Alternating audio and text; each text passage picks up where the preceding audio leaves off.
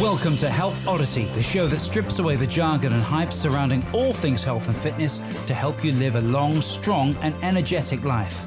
Lining up at the bar this week, here's Peter Ladd, Paul Bassett and James St. Pierre.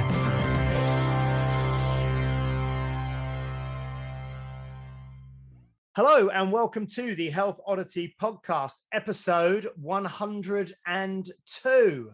Now, I know this is a week later, but in real time, Pete and I, it's Pete and I today. We don't have Paul with us today, but in real time, we just had our conversation with Simon Marion yesterday, which would have been the podcast that came out last week.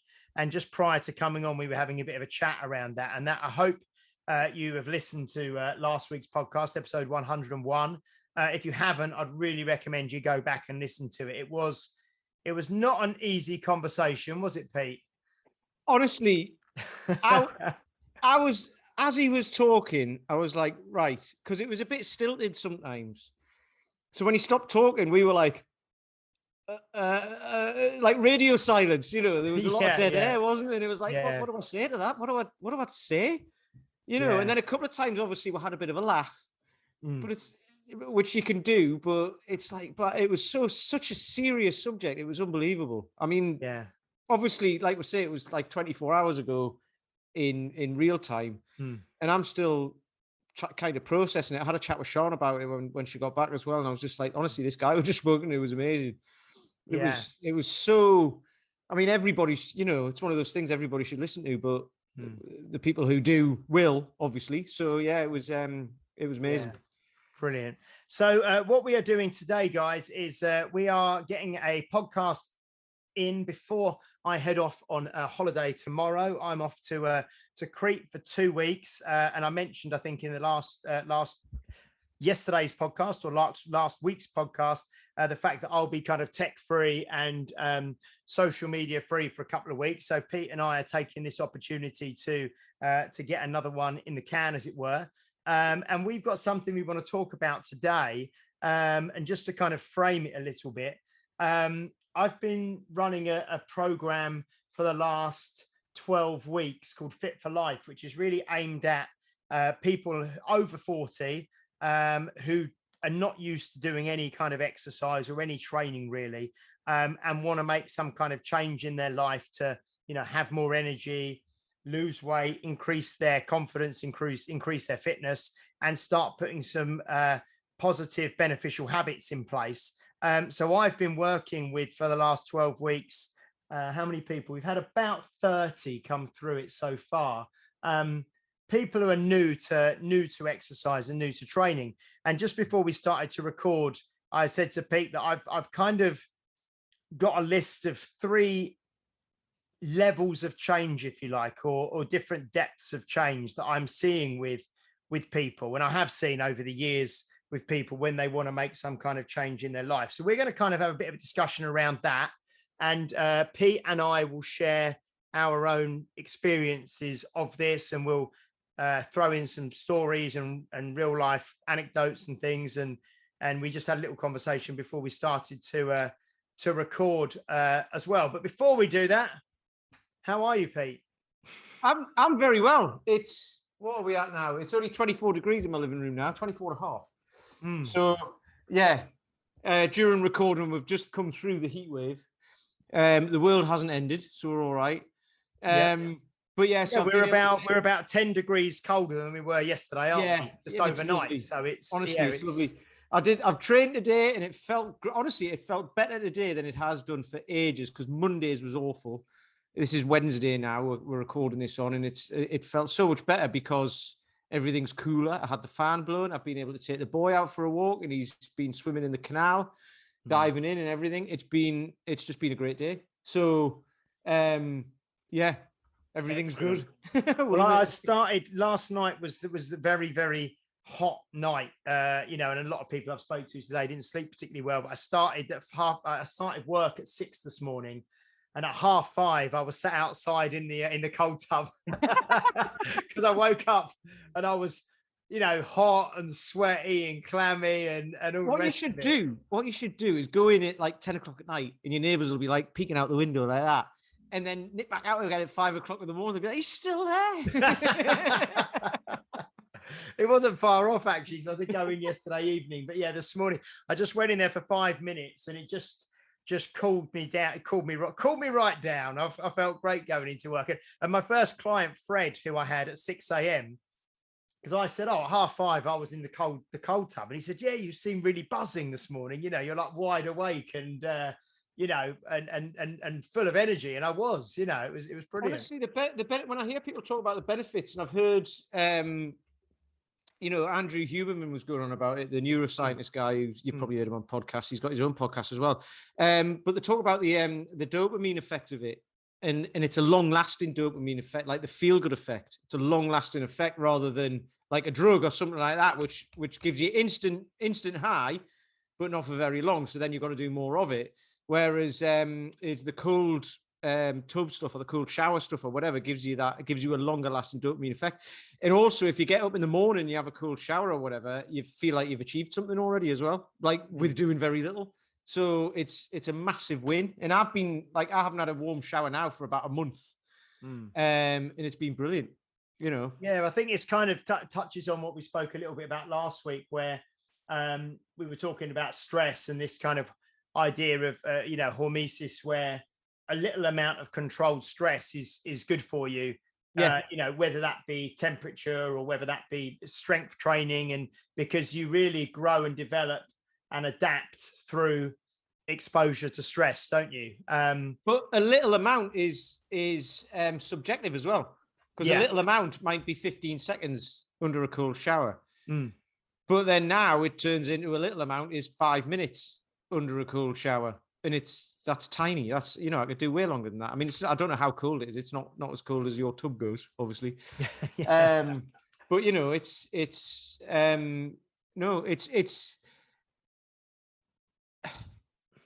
I'd say it's just had a great effect on me, but I can't really explain why. I just think it has. I always feel like I've achieved something when I come out, which is great. So I know Paul Field, friend of the show, Paul Field, also says, he's been having his cold showers, I think, for about the last month, or certainly the last few weeks, just on 100% cold from the start. And like he said as well, when the temperature is as hot as it has been, the water is not cold. It's more like cool, lukewarm, cool, but it's still that act of voluntarily putting yourself into a minorly stressful, uncomfortable situation first thing in the morning. And if you can do that, and it's usually things like someone could have, you've got to make a phone call that you're not looking forward to, or you've got to you've got to speak to someone and have a slightly awkward, what could be perceived as a difficult conversation, or whatever it is, or you've got to do some exercise or training. If you've started the day and you've started the day with the success of saying you were going to do something and following through on your promise to yourself, then that does set you up for a good day, I think. Do you know what? I've just had two thoughts there. Number one, whether it's been cold or hot, getting into the cold shower is never easy. I turn it on, I stand, I look at it, I can feel the coldness coming off, and I'm like, right, and I've got to brace myself to go in, right, and do the breathing and all that.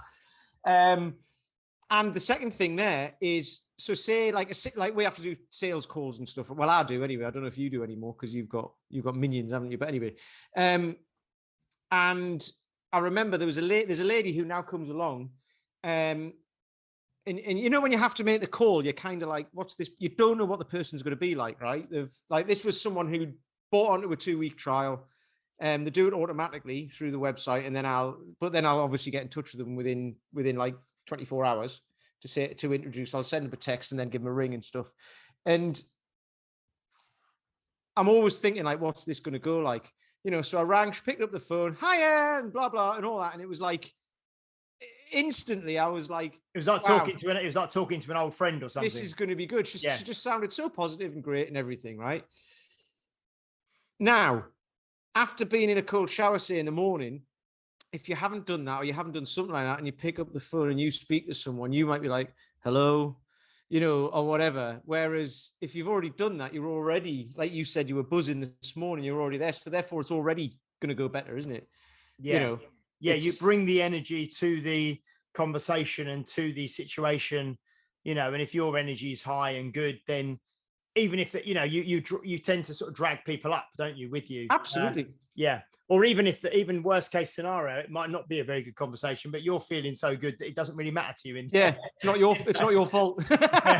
Exactly.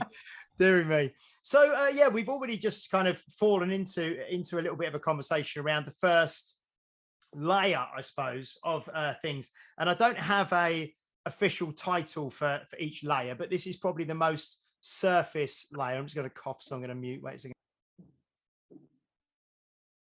I don't have a name for the layers, but this is the most sort of surface one, I suppose. Call it level 1 or layer 1 or whatever.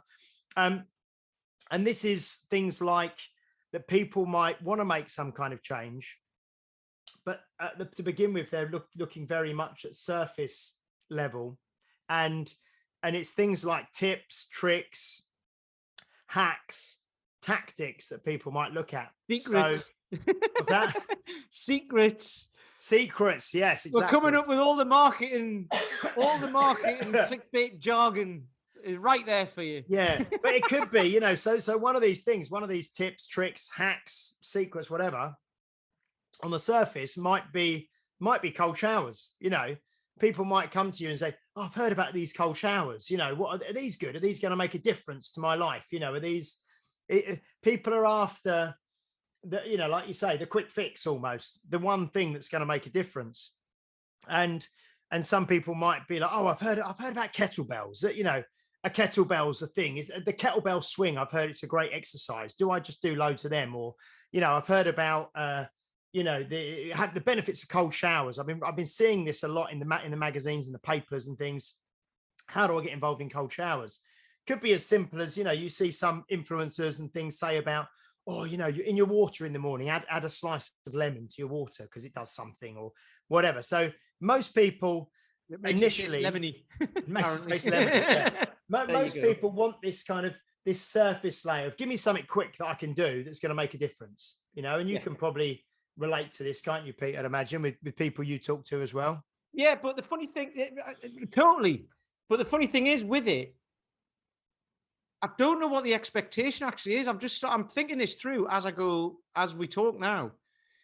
And this has just come up in my head, which is why we think about these things all the time, right? Because all these new things come up. So we talk to people about this sort of stuff all the time, but I don't actually know what the expectation is for these things. I don't know what the expectation is of, like, do I just do it for a couple of weeks and then I'm done and then my life's all sorted? Or do I have to do it for the rest of my life or whatever? I don't think people even think that far. They just go, I just want one thing to do. So you say to do it and they go, well, that's quite easy, so I can do that. They do it for a couple of days and go, oh, it didn't work. Yes. Yeah.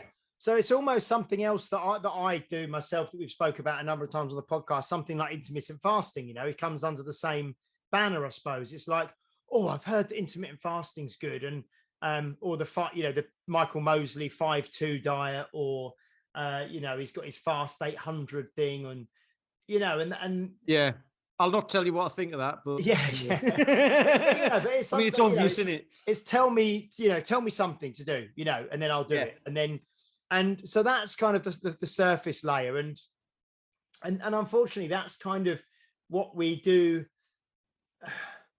I suppose marketers tap into it, and I will put myself in that category. People, there's that saying, isn't there? Kind of, what is it? Kind of sell. You sell people on what they want, and then you gradually give them what they need. You know what I mean? And then you need to get them to want what they need. Yeah, and you meet people where they're at. So I fully understand it from a marketing point of view. So that's it is with the right intentions. If you're saying I want to get people in on this surface level thing, but what happens is when they come in, and within 12 weeks or whatever, you can get them to realize that there's more to it than that. So it's not a dirty tactic. It's actually there's a good intention behind it, rather than just getting people in, flogging them on a program, charging them a load of money, giving them a PDF, and then you're like, right, thanks, then I'll get the next, and just getting volume through. You know what I mean? You want the right people, and then at least they can go on that journey. And then if they don't want to, that's perfectly up to them. But, you know, that's why it gets like a bad rap and a bad name, doesn't it? But it's like, it's kind of the way to draw people in, I suppose. Yeah, I mean, this 6-week Fit for Life sort of challenge that we've been doing, I make it very clear that from the start, it's 6 weeks that's going to be the catalyst or the kickstart that you need to start forming some habits, to start looking at things in your life, to start moving more, to start making progress. But like you said earlier, it's very much, this isn't 6 weeks and then you're going to do it and your life's going to be great and everything's going to be sorted and you're going to be where you want to be. It's kind of a 6-week lead in to hopefully what will be, you know, a long-term commitment and the rest of your life, you know. Absolutely. So I mean, yeah. we'll get into it in a bit, won't we? But like a bit further down the line. But the person has decided that they want to make a change somewhere and do something, but they don't know what, or they do know what, but they don't want to do that just yet. So they want something simple, putting a plaster on it, putting a plaster on a massive crack in your house or something like that, innit? You know what I mean? Or filling it in with polyfiller or whatever. And it's a similar thing. Like, do I just do cold showers? Yes, you can do that. But they might do it for 2 or 3 days and then have a bad day. And then whatever it is in their head that makes them sabotage themselves and all that shows up. So it might be eating, it might be whatever. And then it just goes by the wayside. And then it goes through the whole cycle again. And people do this like across weeks, across months, across years of their lives, don't they? So, yeah. Yeah. So if we call that kind of that first level of, level 1 of, like we said, tips, tricks, hacks, tactics, secrets that people want to have, to get this, or, it might just be, right, just drink 2 liters of water a day, whatever it is. And a lot of these things will be seen as things that are done in isolation, and they're not really seen as a part of a bigger picture, I suppose. They're, like I say, they're these tricks and hacks that you can easily implement into your life, hopefully make a change without really changing too much, But the idea is you want to start a cycle going, don't you, of good behaviors. Yeah. Good habits, shall we say? Yeah. And it is a start. It's a starting place, and it's where most people come into things. And then the next level, so if we call it tier 2 or level 2, would be more like things like methods or programs or approaches or systems. So someone wants to go the next level deeper and take, because we've mentioned it a few times, sort of, Wim Hof and cold showers and stuff. So it could be the tip, the trick or the hack is, right, start having cold showers in the morning, start having cold showers. And you might see like a little, like a meme or a infographic on Instagram or Facebook. And that's how I started, where it's sort of like, the 4-week cold shower challenge, and it's like the first week you do, I think it was just say 15 seconds at the end of every shower. And the second week is 30. And the third week is 45. And the final week is like a minute. And then after that, you try and have. And then after that, you buy a tub and stick it in your garden. Yeah, right? yeah. And then after that, you might try a full cold shower or something. Yeah. So, but it's very simple. It's like an infographic or a meme or something like that.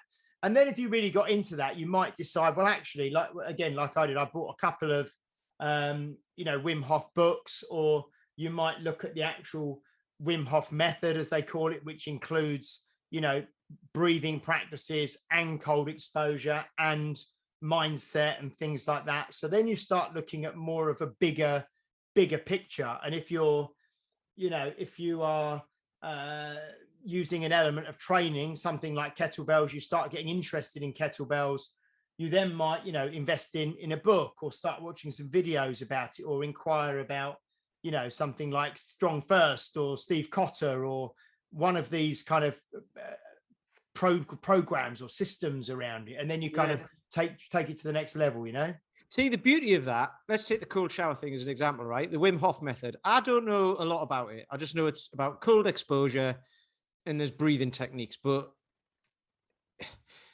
he didn't invent the breathing techniques. It's brought in from history, isn't it? And he's just brought them into the present. So as I understand it, I don't know, because I've never read any of his stuff. I'm aware of him and I know he's mental, but it works, right? And there's science behind it as well, because he's been studied and all that. And I've heard, like I say, I've heard that like neurologists going about it and all this sort of stuff. So for me, the beauty of doing something like you've just said in this second tier is systems and what have you, but you can apply these systems to other stuff. So I know about strength training, right? And I know that progressive overload, cycling through, you do stuff, you've just gone blurry, mate. You do stuff, you add a little bit of weight, like what Chris Zaremba was saying and all that, and like what Paul says about getting towards your comfort zone and all of that. And then when it gets to getting too much, you go back and cycle through it all again. So I'm just applying that to cold exposure. And like you've just said, do a little bit more. And then all of a sudden it got like, well, hang on, this is taking too long. So now we're doing an entire cold shower. So that's where I'm at the moment. And if I want to then take that any further, I can, because I can go, right, I'll look into it and I know where to go and all of this. But what's great about that is the deeper you want to go, you're already aware of it. Whereas if you try to dive into something deeply immediately that you're not aware of, like cold exposure, kettlebell training or whatever, if you say, right, I'm going to go and do IKFF or strong first or whatever, and you've got zero knowledge, experience of it, you might do well, but it might just be completely not what you want. And you're going to spend thousands on it and then you realize it's not what you want.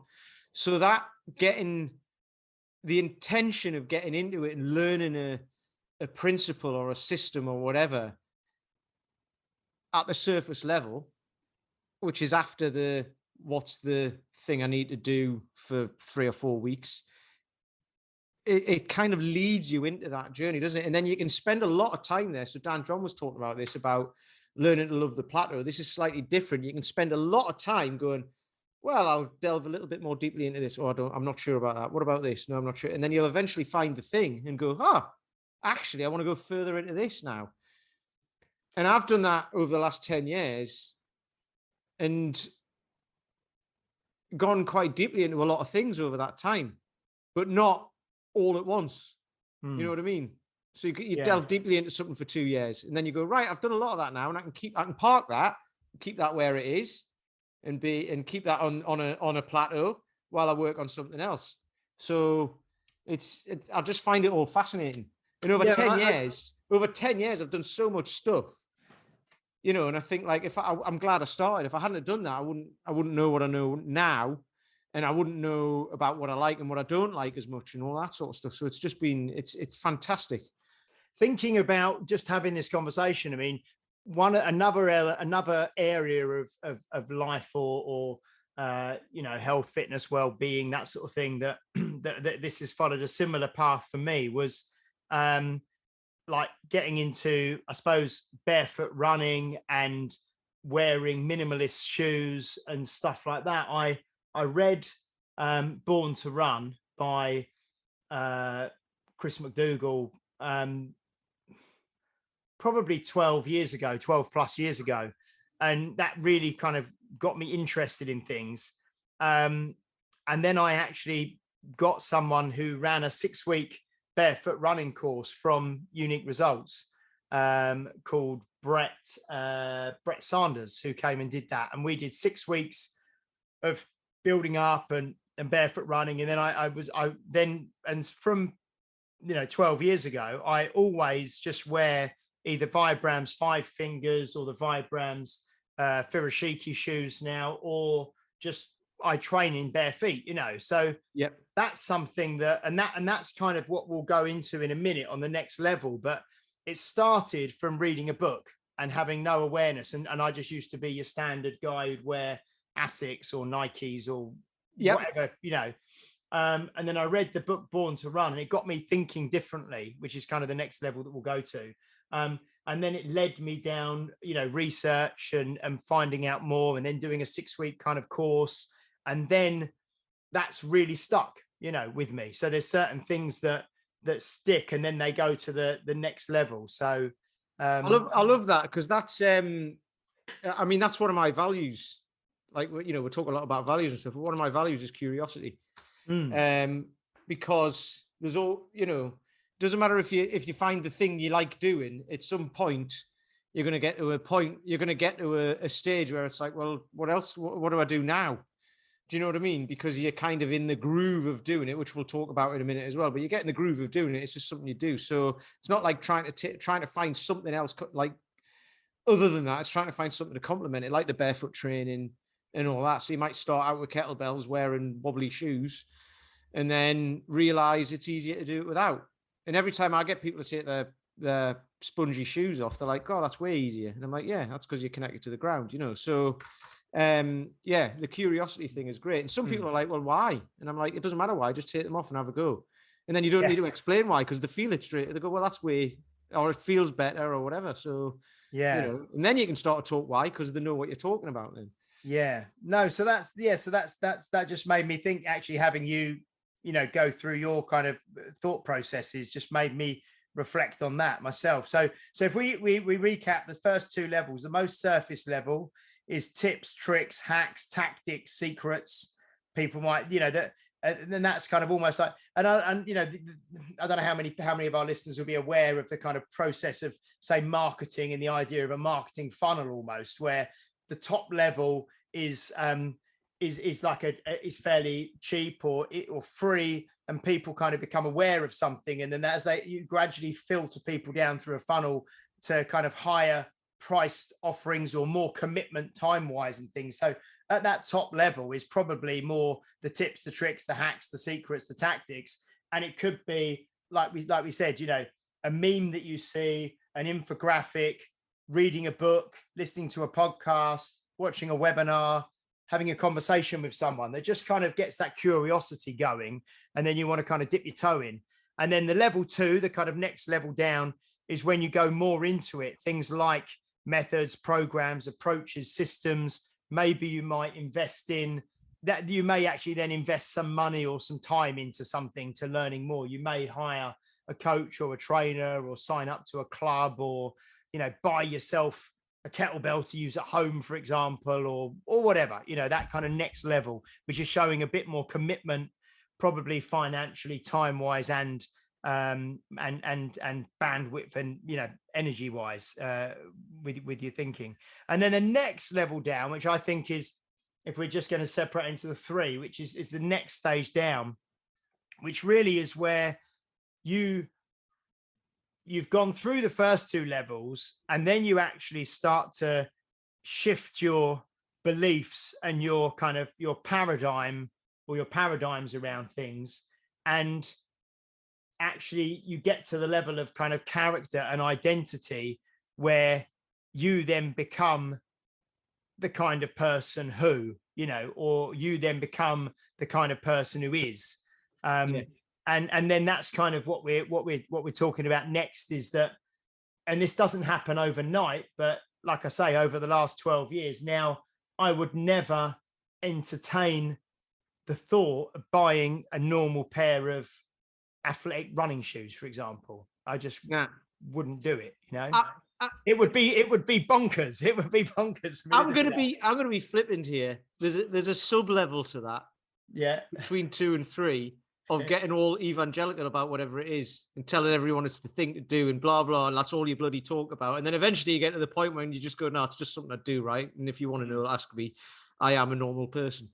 It's true though, isn't it? We've all done it. We've all done it. And then that's kind of, but that's that's I think that comes with maturity and experience and wisdom, doesn't it? Absolutely. Of knowing. Absolutely. And you can think, it doesn't matter how old you are, you can think you've got it, but when you're doing something new, you're new to the thing, and then you become young. Yeah. But it's like other things, like me and like yourself, Pete, you know, training with kettlebells, you know, it's just something that we do. It becomes a part of us, you know, it becomes a part of our identity, becomes a part of our character. And similarly, whereby, you know, I wouldn't go into, I don't know, JD Sports or one of these shops and buy a pair of squidgy Nikes. I also wouldn't go into a a gym and choose to go on I don't know, like a leg extension or a leg press or a leg curl unless I was rehabbing something that I need, that would become, that is, and at certain times that may be appropriate, but I would rather do something like a lunge or a squat and have a more fundamental pattern where I'm using more of my own body and less machines. So that's another element, I suppose, that we'd look at. The idea of it for me is the reason why I use kettlebells and the pull-up bar and all that is because I can transport that anywhere. So, I mean, we've been through a pandemic and all that, and over the last couple of years, we haven't really been out the country. This year, we're off up to Snowdonia and in the lakes for a couple of weeks when we go away in a couple of weeks. I haven't told Paul yet, but, I'll be like, right, I train 3 days a week. I'll still be doing that while I'm away. I actually put a post out about the magnetic plates you can get to stick to the bottom of kettlebells, because you can't buy them anywhere at the minute. Everyone's out of stock. And Johnny Jones in Wales, who I know on Instagram, I've met him I've met him once, I think. Got in touch with me and just said, I've got a couple if you want them. So, I I bunged him 50 quid and he sent them to me. So I can take a 28 kilo bell, a 32 kilo bell, and those two plates away with me. So I've got a 28, a 30, and a 32. So I can continue my program just by taking those two things away. Well, those two things and the plates away with me. Simple, dead easy. That's the only equipment I need. And that's fun. That's all I need. It's brilliant. I love it. Because that is you at the level of identity, isn't it? We were talking about this a little bit before we recorded, whereby, you're now the kind of person who you're going to go away for a week somewhere or 2 weeks, and a primary concern is, how do I, keep moving? How do I keep improving myself? How do I, continue to build strength? How do I not just stop while I'm away for 2 weeks? So that's a concern. And but that might look like an obsession to some people, right? Who are on level 1, say, because it's like, well, hang on, you want to be enjoying yourself and all that. And it's like, but it'll be 3 days a week. I'm going to be away for 14 whole days. That's 6 days out of 14. In the morning, I'll get it done. When if I didn't do it, I'd probably just get out of bed a bit later because I'm on holiday and just feel tired anyway. So I might as well get up an hour earlier and just get it done. And then it's done, because Sean will be in bed anyway, or she'll just sit and watch her iPad in bed and have a cup of coffee and stuff like that. We'll still be able to chat to each other because I'll be in between sets and stuff like that. So it doesn't, if I didn't do it, I wouldn't actually be replacing it with anything else. So I might as well anyway. Do you know what I mean? And you will, and this is from my experience as well, you will feel better for the rest of the day knowing that you've done that in the morning. Absolutely. Yeah. And then for the rest of the days, we're going to be like walking up mountains and going to beaches and all that sort of stuff. So, yeah. So I've just kind of, so, and we spoke tomorrow, obviously, everyone can relate to this, we've got an early flight tomorrow at 7:20 in the morning. So we'll be at the airport at 5:20 in the morning. We'll be getting up about 4:30 because the airport's fairly close to where we live. But I would not normally, we've spoken about this before, I would not normally eat breakfast because I normally fast until lunchtime anyway. But so it's easy for me not to eat breakfast, but most people would, turn up at an airport at 6 o'clock in the morning and you're waiting around for 2 hours. What do you do to fill time? You grab something to eat, and then have a pint. And have a pint. Yeah, someone said to me, I think I'm sure they were joking, but one of the members the other day said to me, I said, "Oh yeah, I'll be at the airport at 5:30," and they said, "Straight into Wetherspoons for a pint."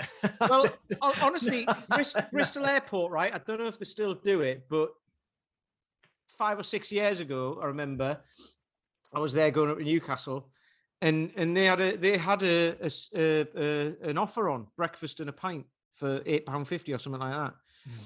And I was like, and that there was like banners up with it advertising it, breakfast and a pint for this. That's for the stag do market, isn't it? Yeah, but I was like,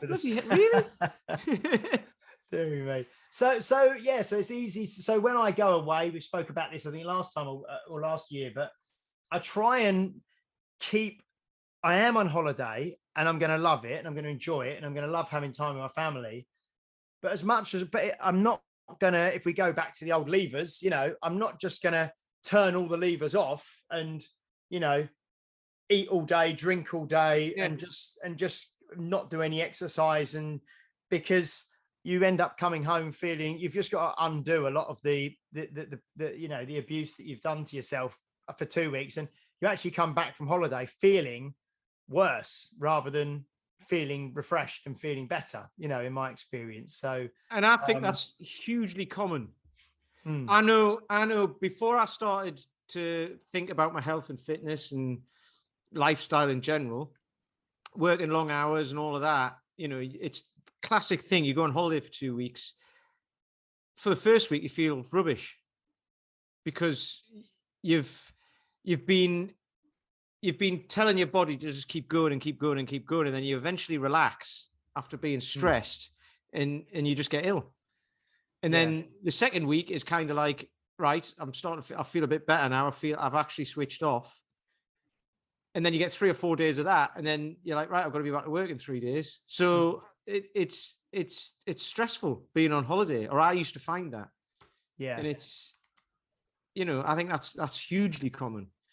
And I think that's when you get to that next, that third tier, if you like, that identity, that character, well, this is who I am and this is what I do. And you're less wibbly wobbly, if that's you're less open just to be swayed by what everybody else does, because it's 11 o'clock, everyone's drinking a pint by the pool. You see, right, we spoke about this before. I'm going to bring it up now because this goes with what I was saying earlier about dabbling in different, so like doing the cold showers. And you do fasting, right? You do like 18 hours a day or something. 18. Yeah, I don't hard and fast measure it, but I never eat before kind of lunchtime, and that could be probably anywhere between 12 o'clock and 3 o'clock. Yeah. So I just wouldn't eat. I don't have any calories till lunch. Yeah. Yeah, and so. I'm kind of similar, but it's not hard and fast. But I just don't eat. I do eat breakfast, but I eat it like 11 o'clock in the morning because I get more done then, because I don't have to worry about, I've got to get a breakfast sorted, because then it takes up time. So I've got time at 11 o'clock in the morning. So I'm like, right, I'll do it then. And I also like to train fasted as well. Not necessarily, it's not particularly fasted. I just don't like to train after I've eaten. And so during this heat wave, which has been short, but for the last couple of weeks, it's been too hot to take Sid out for the usual afternoon walk between like 1 and 3 or 4. We'll be out and about, but I can't do that because the ground's too hot or he'll overheat. So I've had to change my days around to take him for a walk in the morning. So therefore that pushes my training back. So therefore that pushes when I eat back. Okay. And, some people will look at that and go, well, I couldn't do that. I'd get too hungry. And I'm like, yeah, but I've trained some fasting in the past, so I can just switch that on when I need it. Do you know what I mean? So traveling, again, we were talking about this before we got on the call, weren't we? And traveling's the same. So if you've got to get up early in the morning, that's when you grab something at the airport, and it'll probably, it's not necessarily going to be what you'd usually have, or maybe it is, maybe it's highly calorific, maybe you just do something to get food. And people do this on trains as well. They go on a 3-hour train journey and they're worried that, you see people with like stacks of food, and it's like, you're on the train for 3 hours. It's, you can go for 3 hours without eating. Because the actual food that you'd usually pick up for that it'll be junk food, or like a packeted sandwich or something like that, which have got more calories than you realize and what have you. So being able to, or even being on a long haul flight as well, you can go the whole way and then grab something when you get the other end or whatever. So these little things, this is level 3 thinking. It's I can apply this. I've learned this, and I've delved slightly into it, or I've gone to level 2 on all of this stuff before, So therefore I can just apply it as it shows up in my life. And that is, it's hugely, what's the word? Not power. I'm not looking for powerful. Not beneficial either, but it's liberating. It's quite liberating because you feel like you're like, I've got control of this, which is brilliant. Yeah. And, that's for me, that then once you know that, once you've got that in your lifestyle, you've got that in your mindset, you can apply it to pretty much anything. And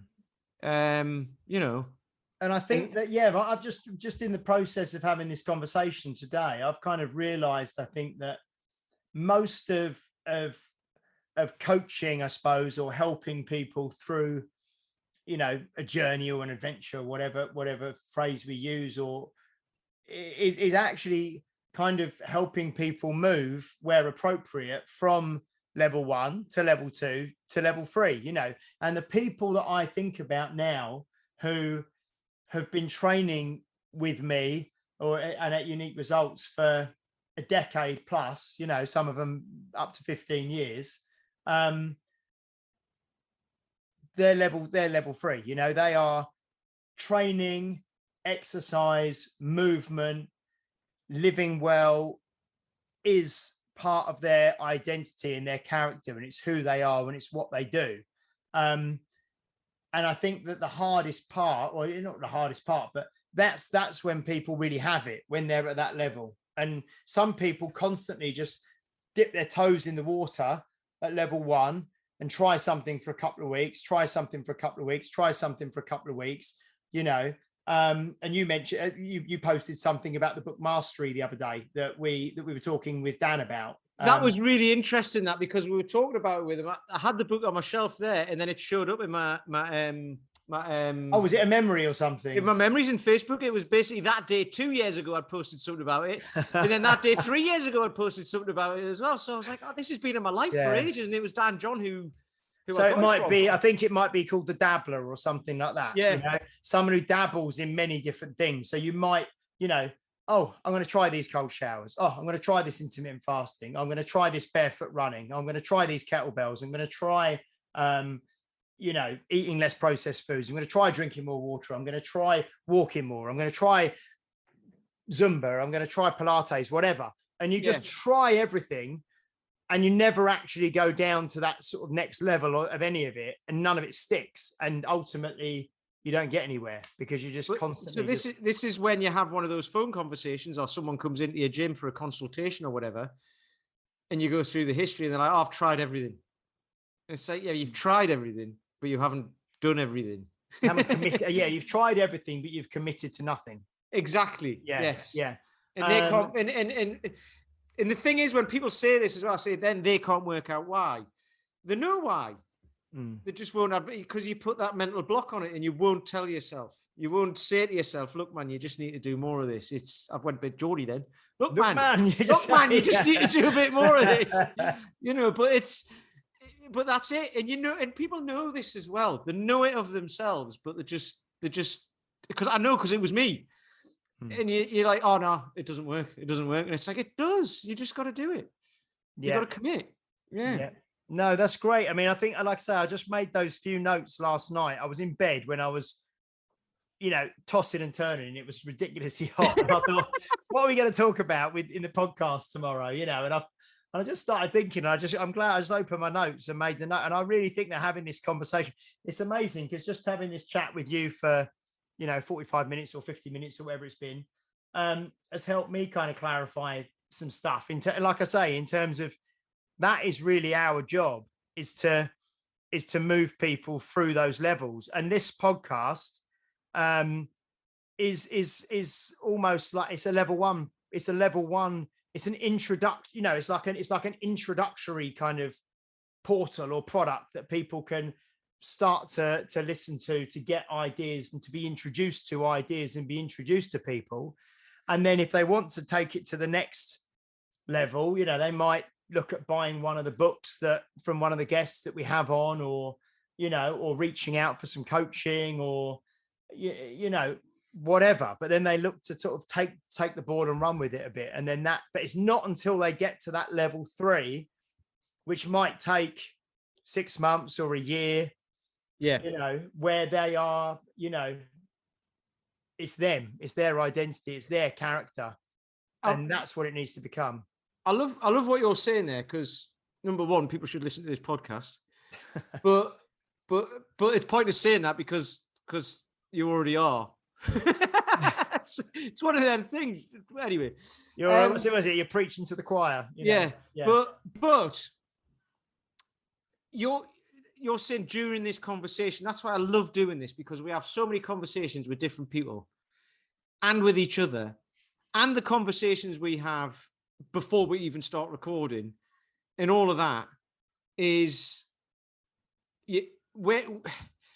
I'd say we're at level 3 on that as well, because it's like we just rock up and go what we're going to talk about, and it's not like we don't have anything to talk about. It's like, no, what we think is poignant at this moment in time, or you had this idea last night, and then we can turn that into we could talk about this for another hour, but we're not going to, so don't worry. But no, but that's the skill. And you were talking about doing this with Chet, friend of the show. You put that post out today, saying you chat to him about this stuff, and it brings, like, unless you talk about it, it doesn't. You can try and think about this stuff, but if you talk about it and journal and all this sort of stuff, it's like a brain dump. It comes out of your head, and then you end up in a place, you're like, oh, I didn't know I was going to go there. I didn't know this was going to happen. I didn't know my brain was going to take me down that route.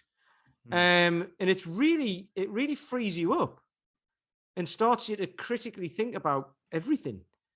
And it opens up your mind to that curiosity I was talking about. I mean, honestly, that's why it's one of my values, because curiosity is just, it takes you places that you would never have thought of.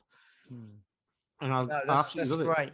And I think I just had a thought, actually. We need to say, well done. And this is, again, another example of people who've moved down through level 1, level 2, level 3, and taken their level of commitment and their identity now. We need to say well done to 2 former guests of the Health Oddity podcast and 1 future guest, Finbar Toulan, Ben Morris, and Lauren Emery, who were at the Irish Kettlebell Championships in Kilkenny at the weekend, and all smashed it. And I know it was Lauren's first foray into competing at kettlebells, and she did fantastically well. I know Finbar smashed it, and obviously, and I think Ben also, I don't think he set any world records this time, but I think Finn and Ben, I think both got gold. I think Lauren got silver. I think they all were competing in pentathlon, and we will be having Lauren on the show in the next. Well, it's sometime in the next month. I think I've kind of been talking to her, because she's had a fantastic story of going from, zero to hero, if you like, almost, like not being someone who was, a gym person as such, and now, competing at, competitions, in kettlebell sport, which is amazing. She's amazing. Honestly, when I've met her a couple of times by coming to your place, and she just looked like someone who trained or who was interested in it and all that. And then she's obviously, Finn started coaching and she's gone down this pentathlon route. But then I saw the picture of her on your wall, and I didn't recognize. I was like, "Is that you?" She was, because she was much bigger and just didn't look like someone who trained. Basically, a completely different person. Yeah, yeah. And I was like, I didn't even know that was you. I didn't know you were like that previously. She was like, "Oh yeah, I never used to do anything." Yeah, it was amazing. Absolutely amazing. So no, we'll get Lauren on, and we'll have a full on conversation with her. But so just wanted to say well done to those 3 guys who did great. So what we will do, I am away for the next couple of weeks, so I think we're probably going to have a couple of podcasts with Peter and Paul, and then Peter's going to be away, and you'll probably have a couple of podcasts with me and Paul, and I don't know if Paul's going to have a holiday at some stage. No, no, I doubt it. I wonder if he listened to this. I doubt it. Bless him. He's not allowed a holiday. He's not. No. Yeah. So but no. So we're going to obviously, like I say, we've got guests going to be lined up for throughout the next month. Just want to say, obviously, as usual, please like, share, subscribe, leave a review, join the Facebook group if you'd like to. Stay engaged, keep engaging with us. Let us know if you'd like us to reach out to certain guests, or if you've got certain guests potential guests that you know who you'd like to put in touch with us, then please do that as well. We're now, obviously, this was episode 102. We love what we're doing. It has, like you said, this is a level 3 activity for us now. It's part of our identity. It's part of who we are. It's part of what we do, and it's nearly 2 years. What would 2 years be? Episode 54, I suppose, would be 2 years, wouldn't it? 104. 104, 2 lots of 52. Yeah, will be 2 years. So yeah, it's firmly a part of what we do now. So we appreciate you all. We love doing this every week, and we will continue to do so. So hopefully you find some of that interesting, and we will see you next week. Say goodbye, Mr. Peter Lance. Goodbye, Mr. Peter Lance. Ha. Ha. Goodbye. See you next week. You've been listening to Health Odyssey with Peter Lant, Paul Bassett, and James St. Pierre. To get your regular fix of hype-free health, you can subscribe and leave a review wherever you get your favorite podcasts. You can find out more on today's and other topics at healthodyssey.com, or find us on Facebook or Instagram by searching for Health Odyssey.